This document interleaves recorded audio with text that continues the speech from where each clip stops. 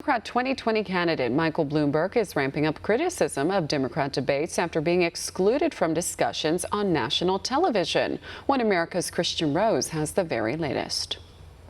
Look at the men on this stage. Collectively, they have lost 10 elections. As the latest Democrat presidential debate in Iowa descends into personal attacks and the fight of gender identities, one Democrat candidate is working to reunite the party on his own terms. Former New York Mayor Mike Bloomberg was prominently excluded from the televised debates, despite polling arguably well nationwide. If the DNC has rules that would let me get on the stage, I'd be happy to go and debate. But if they have rules that do not let me compete, then I just can't. But he does not appear to be upset with such an unfair situation. On the night of the debates Tuesday, the Bloomberg campaign took to Twitter, openly mocking the discussions and highlighting his popularity among women.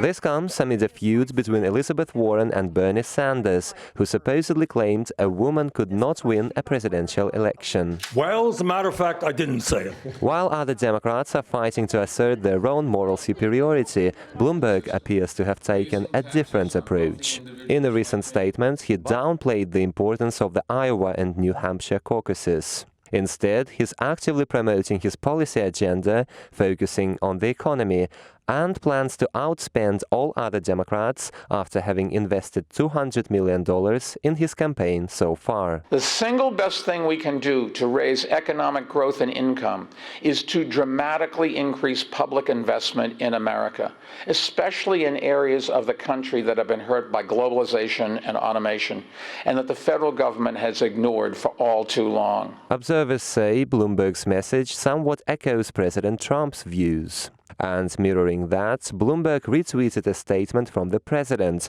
made on the same night of the Democrat debate at a Trump rally in Wisconsin. In Wisconsin, where we had a very big night a few years ago, you remember that very big night?